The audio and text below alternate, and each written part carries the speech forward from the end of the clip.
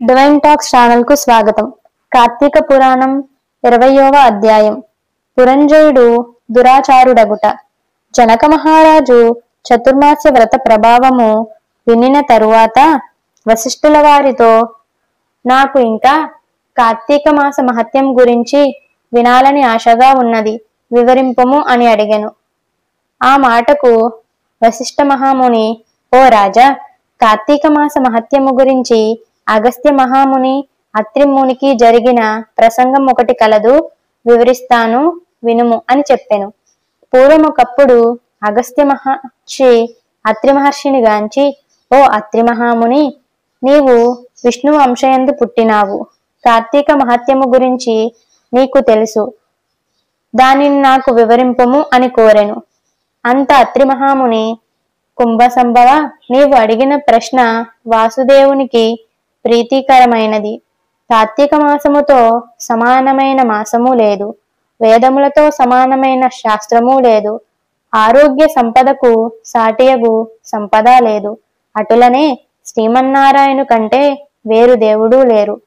ఏ మానవుడైనను కార్తీక మాసములో నదిలో స్నానము చేసినను, శివకేశవుల ఆలయమందు దీపారాధన చేసినను, లేక దీపదానము చేసినను కలుగు ఫలితము అపారము. ఇందుకొక ఇతిహాసము కలదు, చెబుతాను వినుము.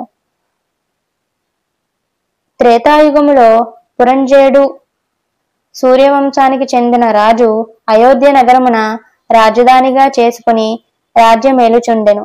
అతడు సమస్త శాస్త్రములు చదివి పట్టాభిషిక్తుడై న్యాయముగా రాజ్యపాలన చేసెను. ప్రజలకు ఎట్టి ఆపద రాకుండా పాలించుచూ ఉండెను.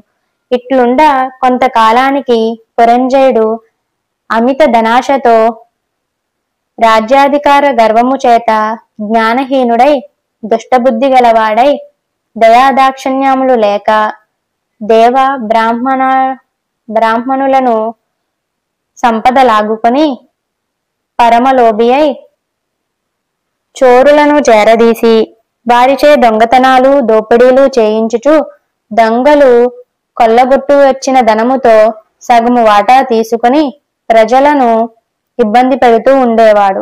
ఇటుల కొంతకాలము జరుగగా అతని దౌష్ట్యములు నలుదిక్కులు వ్యాపించును.